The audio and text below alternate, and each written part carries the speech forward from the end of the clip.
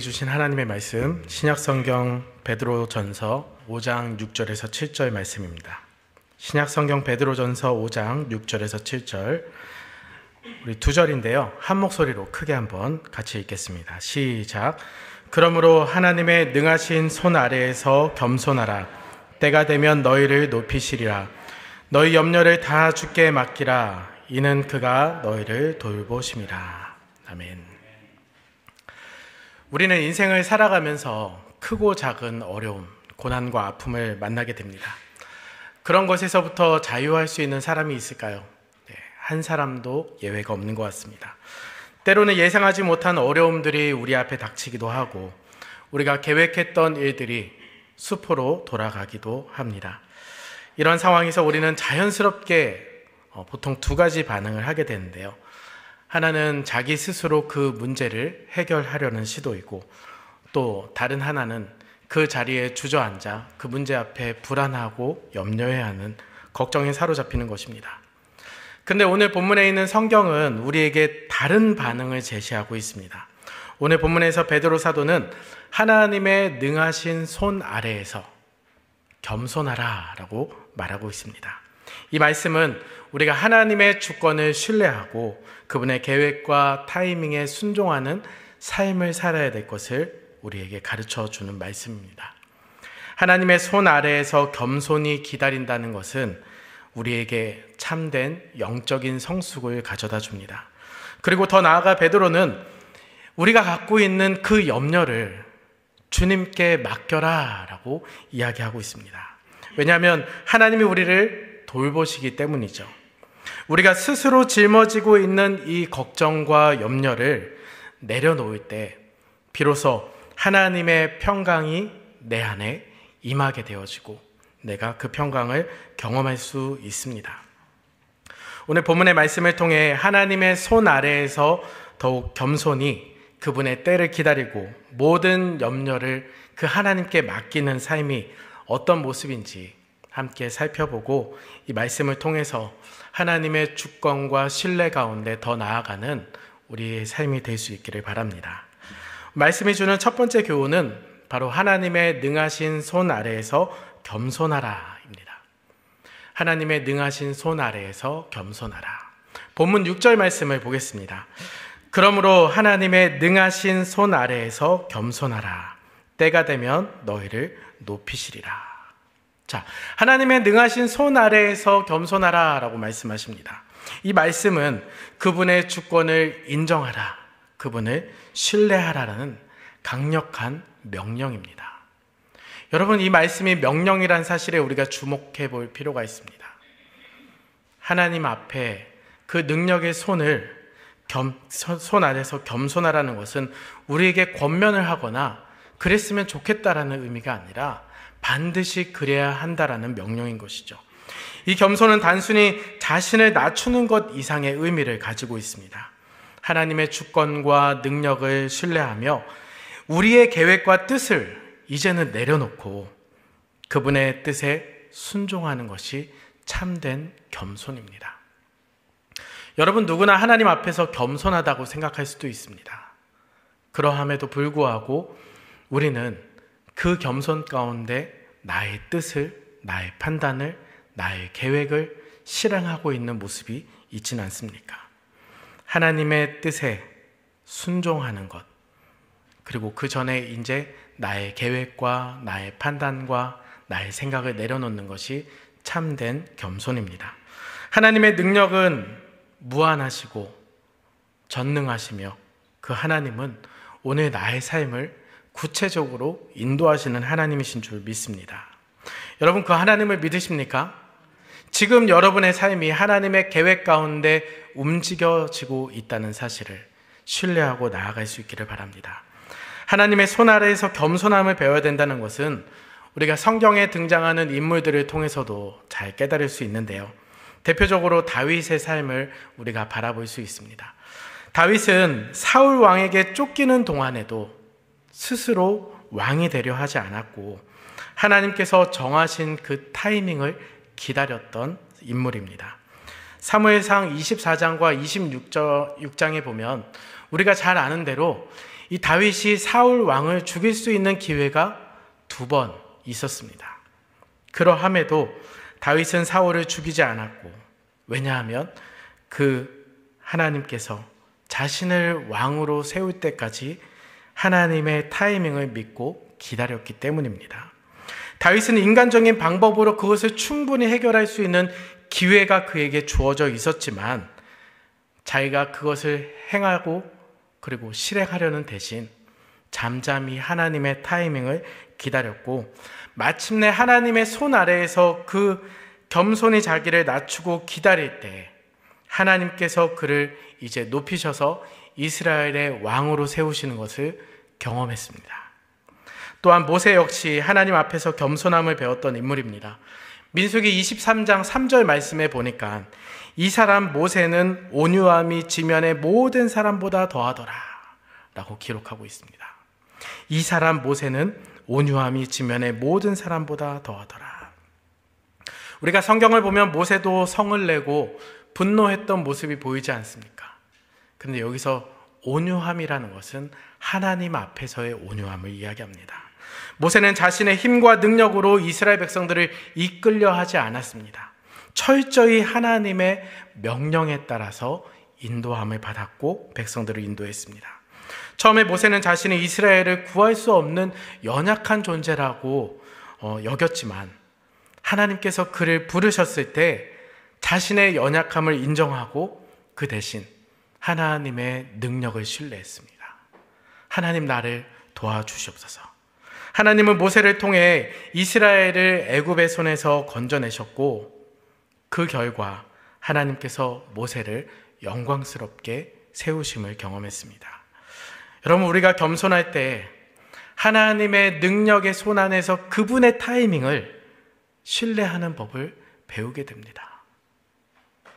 여러분, 사업하시다가 또 직장을 생활하시다가 또 가정에서 어떤 중대한 결정을 앞두고, 하나님, 내가 이것을 결정해야 될 때가 이때인데 하나님께서 해결해 주실 줄 믿습니다라고 기도는 하지만, 하나님, 그때가 언제입니까를 갈팡질팡하며 결국에는 자신의 생각과 의를 드러내게 될 때가 혹 있지는 않습니까? 성경은 자신의 힘과 노력으로 스스로를 높이려고 하는 자들은 반드시 실패하지만, 하나님께서 높이시는 자는 영원히 서게 된다라고 이야기하고 있습니다. 대표적으로 이 겸손의 참 본을 보이신 분이 예수님이십니다. 예수님은 하나님과 동등한 분이셨지만 이 땅에 오셔서 사람의 몸을 입고 종의 모습으로 자신을 낮추셨습니다.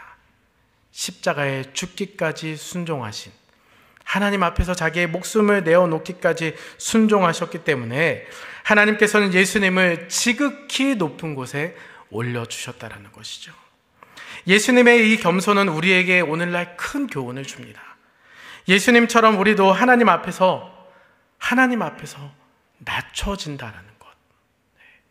말로만 내가 겸손한다는 것이 아니라 그 죽음의 자리까지 나아가는, 그 고통을 감내하며 하나님의 때를 기다리는 겸손을 말해주는 것이죠.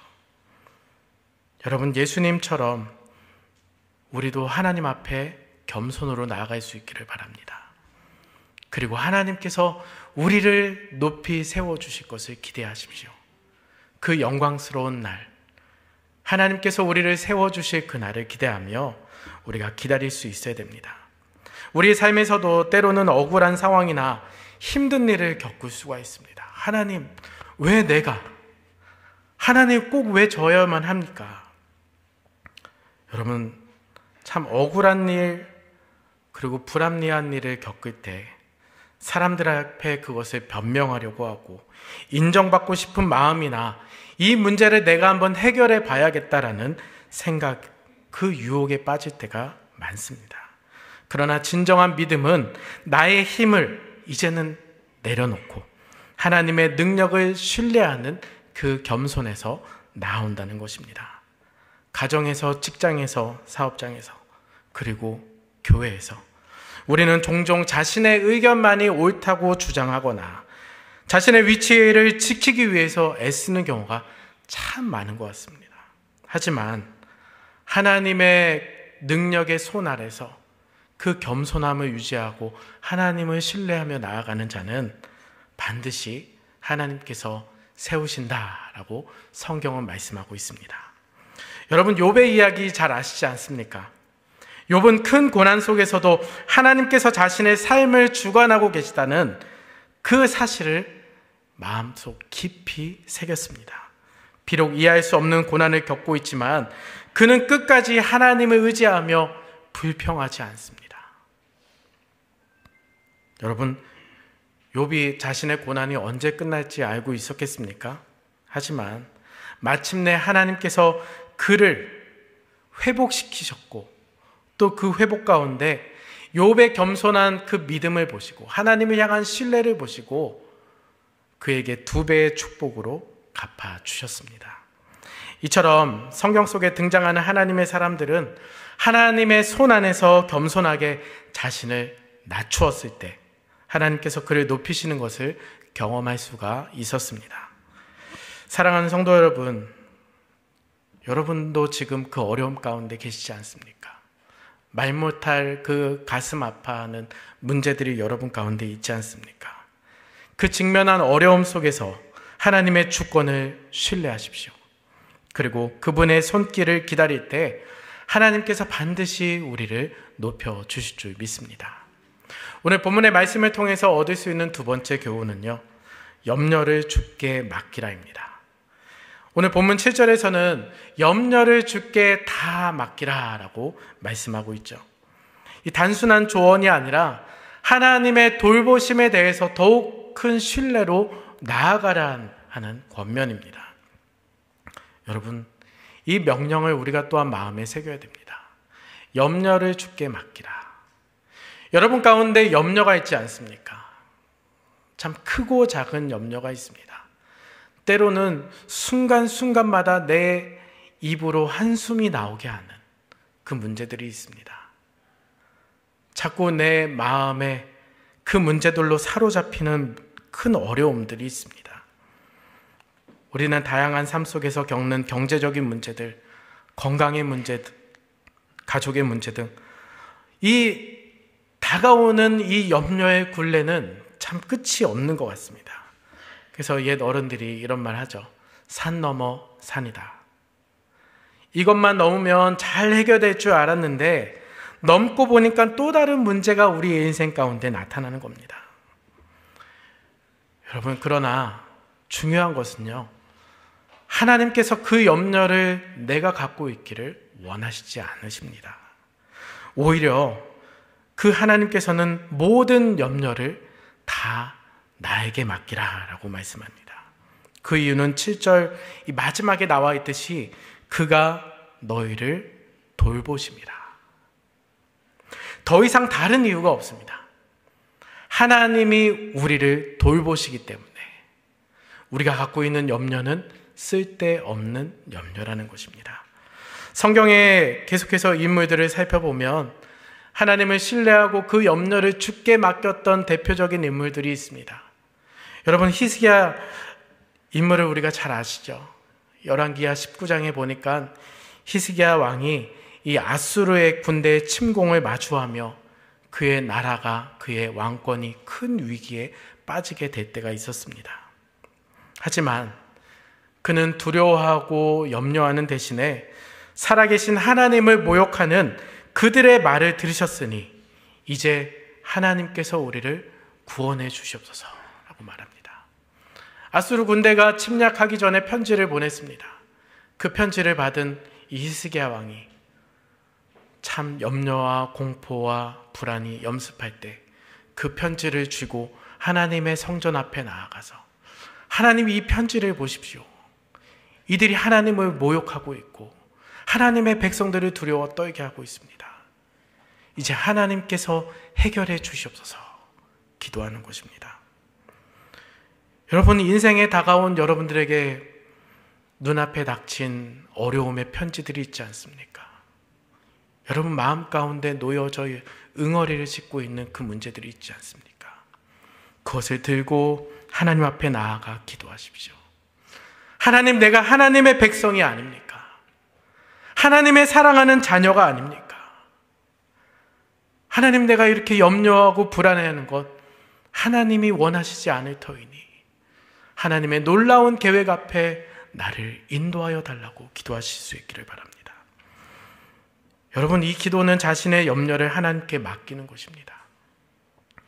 히스기야가 그렇게 기도할 때 그 결과 하나님은 기도에 응답하셔서 한 천사를 아수르 군대에 보내셨고 그 군대를 물리쳐 주셨습니다. 히스기야의 기도와 염려를 맡기는 그 신앙은 오늘 우리의 삶에서도 반드시 적용되어질 수 있습니다.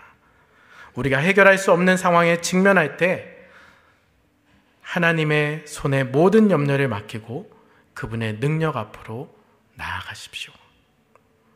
예수님께서도 염려에 대해서 말씀하셨죠. 마태복음 6장에 보니까 누가 염려함으로 그 키를 한 자나 더할 수 있겠느냐라고 말씀하십니다.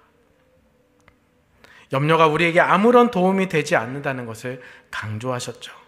또한 예수님께서는 그 들에서 피는 백합화를 바라보라라고 말씀하셨습니다. 하늘을 날아다니는 저 새를 바라보라라고 말씀하셨습니다. 그 백합화를, 그 새를 돌보시는 하나님께서 지금 너희를 돌보고 계신다. 여러분, 하찮은 미물조차도 하나님의 계획 가운데, 하나님의 뜻 가운데, 하나님의 주권 가운데 살아가고 있다라면 당신의 사랑하는 백성들은 그 하나님께서 얼마나 놀라운 계획을 세워놓고 계시겠습니까? 이것을 여러분 마음속 깊이 생각하시고, 우리가 염려를 맡길 때 하나님께서 우리의 필요를 아시고 채워주실 줄로 믿습니다. 여러분, 경제적인 어려움과 건강의 문제, 또 사람과의 관계에서 오는 스트레스, 우리의 마음을 무겁게 하죠. 그렇지만 성경에 등장하는 이 하나님의 사람들의 이야기를 본받아서 우리도 또한 우리의 염려를 하나님께 맡길 수 있기를 바랍니다. 스스로 염려를 짊어지려고 하는 사람은 결국에는 그 무게로 인하여 자신의 영이 짓눌러지게 되어집니다. 그 염려를 이제 주님 앞에 맡기고 그분의 돌보심을 신뢰할 때 염려는 우리에게서 떠나가고 하나님께서 주시는 평강이 우리에게 임할 줄로 믿습니다. 빌립보서 4장 6절과 7절 말씀에 보니까 바울은 우리에게 염려를 하나님께 맡기라라고 권면하고 있습니다. 아무것도 염려하지 말고 다만 모든 일에 기도와 간구로 너희 구할 것을 감사함으로 하나님께 아뢰라. 그리하면 모든 지각에 뛰어난 하나님의 평강이 그리스도 안에서 너희의 마음과 생각을 지키시리라. 아멘. 이 말씀은 우리가 염려할 때마다 기도를 통해서 하나님께 나아갈 때 하나님의 평강이 우리의 마음을 지키실 것이다 라고 약속해주고 있습니다. 염려 대신 기도하십시오. 염려가 엄습할 때 그 자리에서 기도하십시오. 그 순간에 기도하십시오. 기도를 선택한다는 것은 우리의 믿음을 더욱더 강하게 만들어주고 하나님의 돌보심을 더 크게 경험하는 아주 복된 통로가 될 것입니다. 하나님께 염려를 맡긴다는 것은 우리의 삶에 있어서 굉장히 중요한 신앙의 훈련입니다. 여러분, 여기서 중요한 것이 바로 훈련 아니겠습니까? 염려를 맡긴다는 것은 단순히 문제를 하나님께 던져놓는 것이 아니라 그 문제의 결과를 포함한 모든 상황을 하나님께 의탁한다는 것입니다. 처음에는 그렇지 못할지라도, 처음에는 그 불안이 모두 떠날지 못할지라도 그 훈련의 과정들을 반복하고 반복하면 나 자신도 의식하지 못한 그 상황에서 자연스럽게 염려가 내 안에 엄습하기보다 하나님을 향한 신뢰 고백이 나타나게 되어 있습니다. 이전에 하나님께서 이렇게 해주셨는데 이번에도 하나님께서 이렇게 해주실 줄 믿습니다. 아니, 더욱 크게 놀랍게 나에게 역사해 주실 줄 믿습니다 라고 고백하는 것이죠. 여러분, 믿는 자에게 능치 못함이 있겠습니까?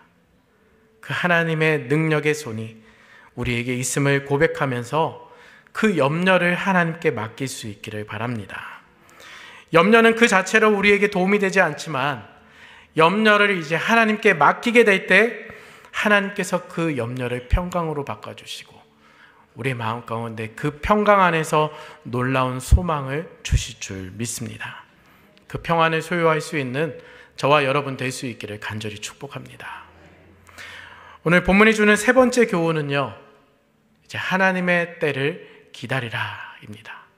여러분, 하나님의 때를 기다리십시오. 본문 6절에서 때가 되면 너희를 높이시리라 라고 말씀합니다. 때가 되면 너희를 높이시리라. 하나님의 주권적인 계획과 그분의 타이밍을 신뢰하는 그 신앙을 오늘 본문이 강조하고 있습니다. 여기서 중요한 것은 바로 하나님의 때겠죠. 하나님의 타이밍입니다. 나의 시간과 하나님의 시간은 다릅니다. 여러분, 이 작은 땅덩어리에서 작은 모습으로 이 땅에 시야를 펼쳐놓고 있는 우리와 온 우주 앞에서 이 지구 전체를 바라보시면서 놀라운 계획을 세워놓으신 하나님의 시각은 당연히 다를 수밖에 없습니다. 내가 바라보는 인간관계는 10명, 20명, 기껏 해봤자 수백 명 안팎이지만 온 인류를 주관하시고 그 각 사람의 필요를 채워주시는 하나님은 우리의 생각과 다를 수밖에 없습니다. 흔히 어려운 상황에서 우리는 빨리 그 문제가 해결되어지기 바라지만 하나님은 더 큰 그림을 보시고 가장 적합한 그 때에 우리를 높이십니다. 하나님의 때를 기다리는 것은 결코 쉬운 것이 아닙니다. 우리의 인내와 신뢰를 요구하고 이는 신앙의 중요한 성장이고 훈련의 과정입니다. 아브라함은 75세 때 하나님으로부터 내가 큰 민족의 아버지가 될 것이다 라는 약속을 받습니다. 그러나 이삭을 통해서 그 약속이 성취된 것을 경험했을 타이밍은 1년, 2년 후가 아니라 무려 25년 후 100세가 되어서였습니다. 아브라함은 오랜 세월 동안 자녀가 없었음에도 불구하고 하나님의 약속을 신뢰하며 기다렸습니다. 때로는 자신이 직접 이 문제를 해결하려고 하갈과 이스마엘의 문제를 낳기도 했지만 결국에는 하나님의 놀라운 타이밍 안에서 이삭을 소유하게 되었습니다. 이처럼 아브라함은 인내와 믿음으로 하나님의 때를 기다렸고 그 결과 그 약속의 첫 자녀를 얻었습니다. 사도 바울은 다메섹 도상에서 예수님을 만난 후에 이제 내가 예수님을 위해서 살아가겠다라고 결단을 하게 되어집니다. 자신의 열정과 또한 학식과 능력을 바탕으로 곧바로 큰 사역을 감당하고 싶었을지도 모르겠습니다. 그러나 하나님께서는 이 사도 바울을 한동안 아라비아 광야로 보내셔서 그를 준비시켜주셨습니다. 바울은 또한 여러 차례 로마로 가고자 원했었지만 결국엔 하나님의 타이밍에 따라서 하나님의 시간에 그 로마에서 복음을 전하게 되어지는 것을 우리가 또한 바라봅니다. 이 모든 과정에서 바울은 자신의 계획보다 하나님의 계획을 더 우선시하는 법을 배우게 되었고 그렇게 하나님의 때를 기다리는 훈련을 받게 되어졌습니다. 그는 자신의 타이밍이 아니라 이제는 하나님의 타이밍에 맞춰서 움직이려고 사역하려고 했고 그는 초대교회의 위대한 사도가 되었습니다. 여러분, 예수님, 참 우리가 예수님을 이야기할 때마다 도저히 우리가 범접할 수 없는 그 예수님, 그 예수님의 사역 역시 철저히 하나님 앞에 순종했던 모습이 나타납니다. 요한복음 2장 4절에서 가나 혼인잔치를 우리가 잘 알고 있지 않습니까? 그 처음 기적을 일으키실 때 이 요한복음 2장 4절 말씀에 보니까 예수께서 이르시되 여자여 나와 무슨 상관이 있나이까 내 때가 아직 이르지 아니하였나이다 라고 어머니 마리아에게 이렇게 이야기하죠. 내 때가 아직 이르지 아니하였다. 내 때가 아직 이르지 아니하였다. 그렇게 말씀을 하십니다. 예수님도 하나님의 때에 맞춰서 그분의 사역을 이루어 가셨습니다. 그 십자가의 죽으심도 하나님의 정확한 계획과 하나님의 때에 맞춰진 것입니다. 아버지여, 아버지여, 나를 버리지 말아달라고. 겟셋만의 동산에서 그 땀방울이 핏방울이 되도록 간절히 기도하시던 그 순간에도 그러나 나의 원대로 마옵시고 아버지의 원대로 되기를 원하나이다 라고 고백하며 하나님의 때를 기다리고 하나님께 모든 것을 맡기셨던 예수님이셨습니다. 예수님은 인류의 구원을 위한 때가 찼을 때 죽음을 맞이하셨고 그 결과 우리 모두에게 구원의 길이 열리게 된 것입니다. 우리의 삶 속에서도 하나님의 때를 기다리는 인내가 필요한 줄로 믿습니다. 하나님의 때를 기다린다는 것은 여러분 우리의 신앙을 또 우리의 믿음을 더욱더 성숙하게 만드는 놀라운 능력을 지니고 있습니다. 중요한 과정입니다. 우리는 종종 우리에게 닥쳐져 있는 이 문제가 빨리 해결되어지기를 원하지만 하나님은 그분의 완벽한 계획 속에서 우리의 상황을 다스리시고 계십니다. 하나님께서 우리의 기도에 응답하시지 않는 것이 아니라 가장 완벽한 타이밍에 응답하시려고 지금 준비하고 그것을 이루어 가시는 줄로 믿습니다. 전도서 3장 11절에 보니까 하나님이 모든 것을 지으시되 때를 따라 아름답게 하셨고 또 사람에게는 영원을 사모하는 마음을 주셨느니라.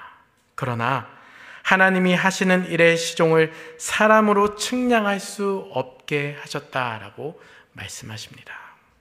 모든 것을 때를 따라 아름답게 하셨지만 사람이 그것을 알 수 없게 하셨습니다. 하나님의 타이밍이 항상 우리에게 가장 완벽한 타이밍인 줄로 믿습니다. 우리의 인생의 과정 가운데 여러분 지금 그 타이밍을 기다릴 수 있기를 바랍니다. 그분의 주권과 그분의 사랑과 그분의 능력을 신뢰할 수 있기를 바랍니다. 결국 하나님의 때를 기다린다는 것은 단순히 시간을 그냥 견디는 것으로 끝나지 않습니다. 한국에서 군인 시절에 자주 쓰는 말이 있죠. 국방부 시계는 돌아간다. 정말 끝이 오지 않을 것 같았던 그 저녁의 시간이 결국에는 돌아온다라는 것이죠. 그렇게 정말 견딜 수 없어 하며 낙담하면서 자포자기하고 그렇게 그냥 하나님의 때를 기다리라는 것이 아닙니다. 여러분 이 시간 가운데 하나님과 더 친밀한 사귐을 누리십시오. 더 깊은 하나님을 향한 신뢰 가운데로 나아가십시오. 그리고 그 과정 가운데 그분의 뜻을 발견할 수 있기를 바랍니다. 기도와 묵상 그리고 순종의 자세로 하나님의 뜻을 하나님의 때를 기다릴 때 그 하나님은 완벽한 계획 속에서 우리의 인생을 더욱더 놀랍게 아름답게 펼쳐 가실 줄로 믿습니다. 그럼 마지막으로 오늘 말씀을 내 생활에서 어떻게 적용할 수 있을지 몇 가지 예를 들면서 하나님 삶 속에서 하나님의 손을 신뢰하는 방법을 나누어 보도록 하겠습니다. 여러분 이 하나님의 손을 신뢰한다는 것은 단순히 신학적인 개념이 아닙니다. 그냥 여러분들이 듣고 그냥 좋은 말씀 들었다로 그치는 것이 아닙니다. 우리의 일상 속에서 매일 실천해야 될 중요한 신앙의 태도를 신앙의 교훈을 얻게 되는 것이죠. 우리는 다양한 상황에서 하나님의 주권을 신뢰하고 그분의 인도하심을 따라가는 삶을 살아야 됩니다. 그럼 어떻게 우리가 하나님의 손을 더욱 신뢰할 수 있을까? 첫째는 기도로 하나님을 신뢰하는 삶을 살아야 됩니다. 자, 기도는 우리가 하나님의 손길을 의지할 수 있는 첫 번째 방법입니다. 여러분 매일 아침 그리고 매일 저녁 하루를 시작하고 마칠 때 꼭 기도해 보십시오. 눈을 뜨자마자 기도하는 습관을 가져보십시오. 하나님께 기도로 의지하며 하나님께 하루를 맡겨보십시오. 나의 문제와 염려를 내가 스스로 해결하려고 하지 말고 기도를 통해 하나님께 맡기며 하나님의 도우심을 구할 수 있기를 바랍니다. 눈을 떴을 때 오늘 하루 어떡하지? 눈 안 떴으면 좋겠다. 그런 고백들이 여러분에게 있는 것이 아니라 눈을 떴을 때 하나님, 오늘 하루를 하나님께 맡겨드립니다. 하나님, 내 마음의 염려를 평안으로 바꿔주시옵소서. 하나님, 내 인생의 이 문제를 주님 앞에 맡겨드립니다. 하나님, 오늘 하루 허락해 주셔서 감사합니다. 오늘 어제보다 더 놀라운 일들로 가득 채워주시옵소서. 이러한 기도가 우리의 삶 속에 꼭 필요합니다. 여러분, 하루를 시작하실 때, 마치실 때 꼭 기도하는 훈련을 쌓아갈 수 있기를 바랍니다. 둘째는 하나님의 타이밍을 신뢰하는 것인데요. 내 계획이 나의 예상대로 되지 않더라도 여러분 조급해하지 마시고 하나님이 준비하신 그 완벽한 타이밍, 최적의 때를 기다리십시오. 지금 해결되지 않는 문제들이 더 좋은 시점에 더 완벽한 타이밍에 이루어질 것을 믿음으로 기도하면서 기다리십시오. 이 기다림의 시간을 하나님께서 주신 기회로 삼고 여러분의 신앙을, 그 영성을 더욱더 무장시킬 수 있는 기회로 삼을 수 있기를 바랍니다. 지금이 아니더라도 하나님 더 좋은 순간을 나에게 허락해 주실 줄 믿습니다. 하나님이 계획해 놓으신 완벽한 타이밍이 나에게 임할 줄로 믿습니다. 선포하시고 기도할 수 있기를 바랍니다. 셋째는 염려를 내려놓고 하나님께 맡기는 것입니다. 여러분, 염려가 내 마음에 생각날 때마다, 내 마음에서 나를 주장하려고 할 때마다 그것을 하나님 앞에 구체적으로 아뢰고 기도하십시오. 하나님, 내 마음속에 이런 염려가 지금 생기고 있습니다. 하나님, 이 염려를 나에게 멀어지게 해주십시오. 이 염려를 가져가 주십시오. 염려를 혼자 짊어지기보다 순간순간의 그 기도를 통해서 하나님의 평강을 소유할 수 있기를 바랍니다. 주님께서 이 문제를 해결해 주시기를 믿습니다 라는 기도가 여러분 하루에 100번이고 1000번이고 고백되어진다라면 자연스럽게 여러분 이 모습들 가운데 여러분의 신앙이 더 성숙하는 자리로 나아가게 될 줄 믿습니다. 자, 네 번째는 작은 일에서부터 하나님의 손을 신뢰하는 연습을 꾸준히 하라는 것입니다. 여러분, 그동안 지나치고 있었던 작은 결정들, 내가 의식하지 못하고 내가 결정했던 그 작은 결정과 선택들을 이제는 의식적으로 하나님 앞에 구해 보십시오. 하나님, 오늘 점심을 뭘 먹을까요? 하나님, 내가 누구를 만날 때, 오늘 누구하고 약속이 있을 때 어떠한 말들이 내 입속에 나와야겠습니까? 하나님, 다음 달에 시험을 앞두고 있는데 시험을 볼지 말지를 아직 결정을 못했습니다. 내가 의식 없이 선택했던 삶의 많은 것들을 이제 기도해 보십시오. 작은 것에 기도하지 못하면 여러분, 큰 것에서 우리가 기도할 수 없습니다. 작은 것을 하나님께 맡기지 못하면 큰 것을 하나님 앞에 맡긴다고 할 때 순간적으로 우리의 입술에서 기도가 나올 수 없습니다. 일상의 사소한 일들 가운데서도 하나님을 신뢰하고 그분의 지혜를 구하는 그 훈련을 오늘부터 시작할 수 있기를 바랍니다.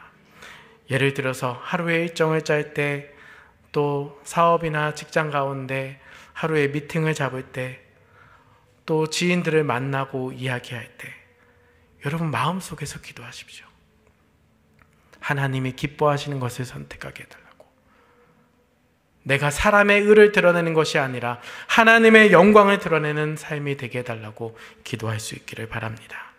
마지막으로 하나님께 감사하는 태도를 가져야 됩니다. 하루를 마칠 때 여러분 오늘 하루 동안 있었던 감사의 이야기들을 헤아려 보십시오. 감사할 일이 없다고요. 그 시간에 기도할 수 있는 자리를 허락하신 하나님께 감사하십시오. 우리가 생활하면서 그 눕는 그 순간까지 안전을 지켜주신 하나님, 사람과의 관계 가운데 나를 지켜주신 하나님, 여러분, 어려움 속에서도 그 손길을 신뢰하며 감사할 수 있는 훈련을 할 수 있기를 바랍니다. 더 나아가 감사의 노트를 마련해 보세요. 여러분들 스마트폰으로 메모를 하나님 앞에 오늘 감사했던 일들을 순간순간 기록하면서 하루 일과를 마치고 그것을 바라보며 하나님을 더욱더 높일 수 있기를 바랍니다. 감사를 통해서 하나님이 지금 나를 어떻게 이끌어가고 계시는지를 우리는 더 분명히 알아갈 수가 있습니다. 내 인생 살아온 길 뒤를 돌아보니 그 걸음걸음마다 자욱자욱마다 힘든 순간이었고 아픈 순간이었지만 모두 은혜였습니다라고 고백할 수 있는 것은 내 안에 하나님을 향한 감사가 있기 때문입니다.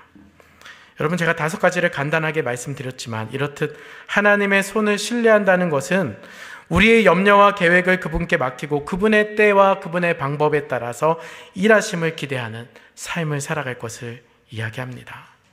작은 것에서부터 하나님의 능력을 의지하십시오. 작은 것에서부터 하나님의 때를 기다리십시오.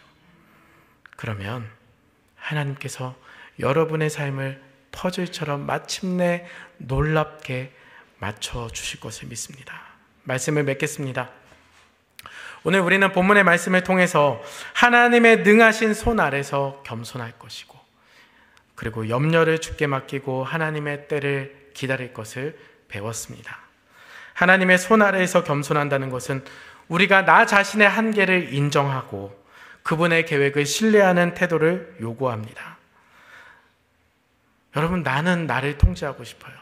내 인생 내가 살아가고 싶고 내 인생 내가 결정하고 싶고 내가 그 문제를 해결하고 싶습니다. 하지만 하나님께서는 우리를 돌보시고 계시고 나의 타이밍보다 나의 계획보다 더 놀랍게 그것을 이루어 가시는 분이십니다.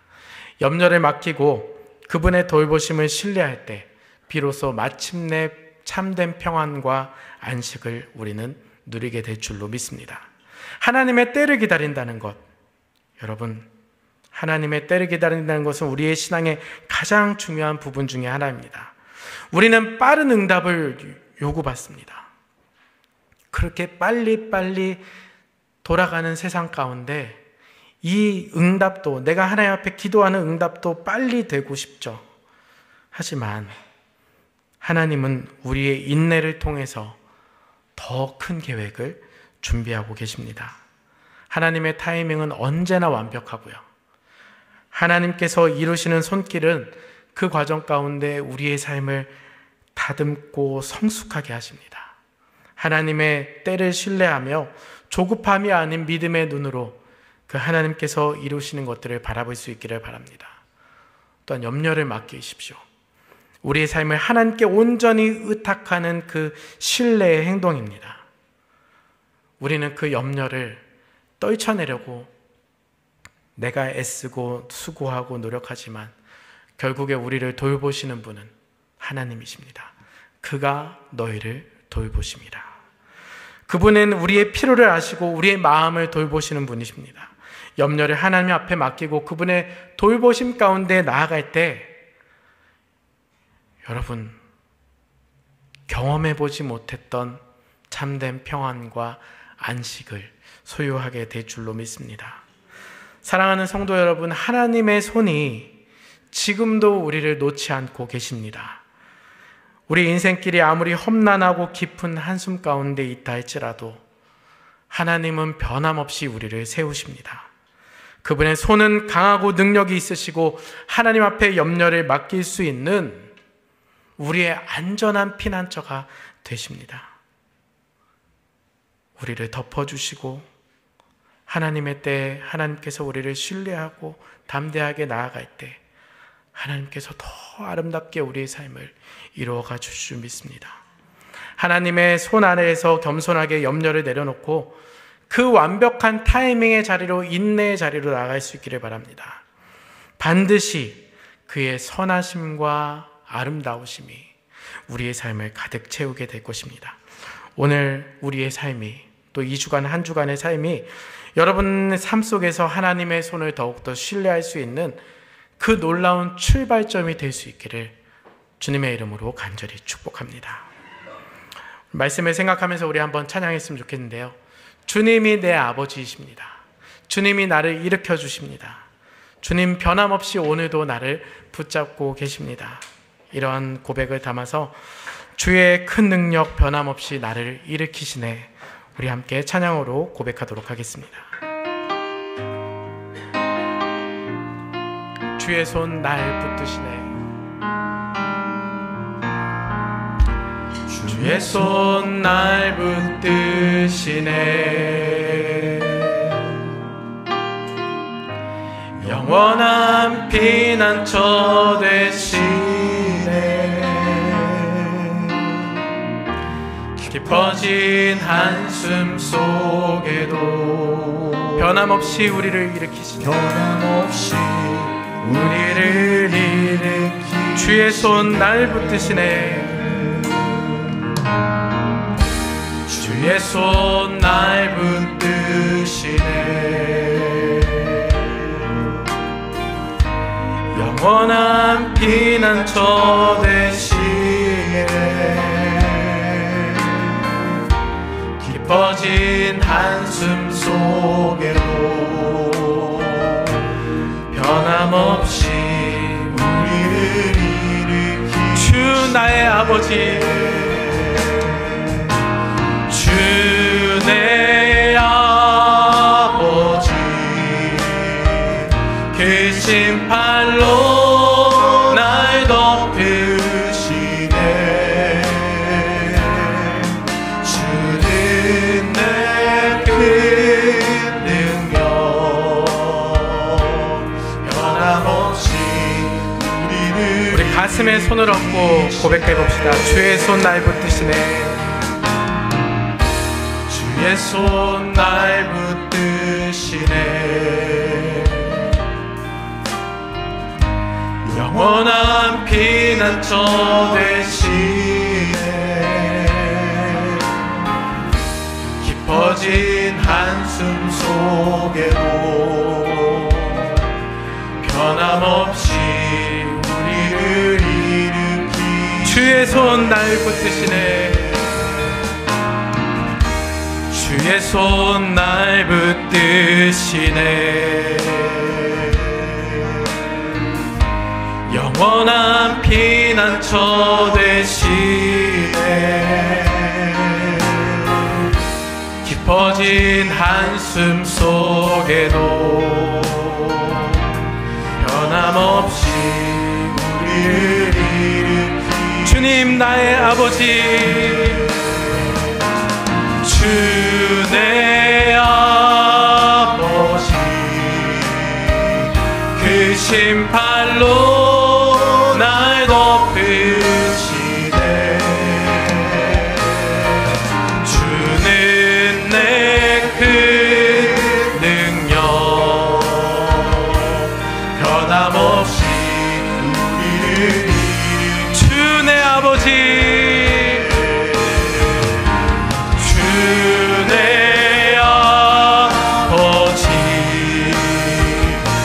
심판로 날 덮으시네, 주는 내 큰 능력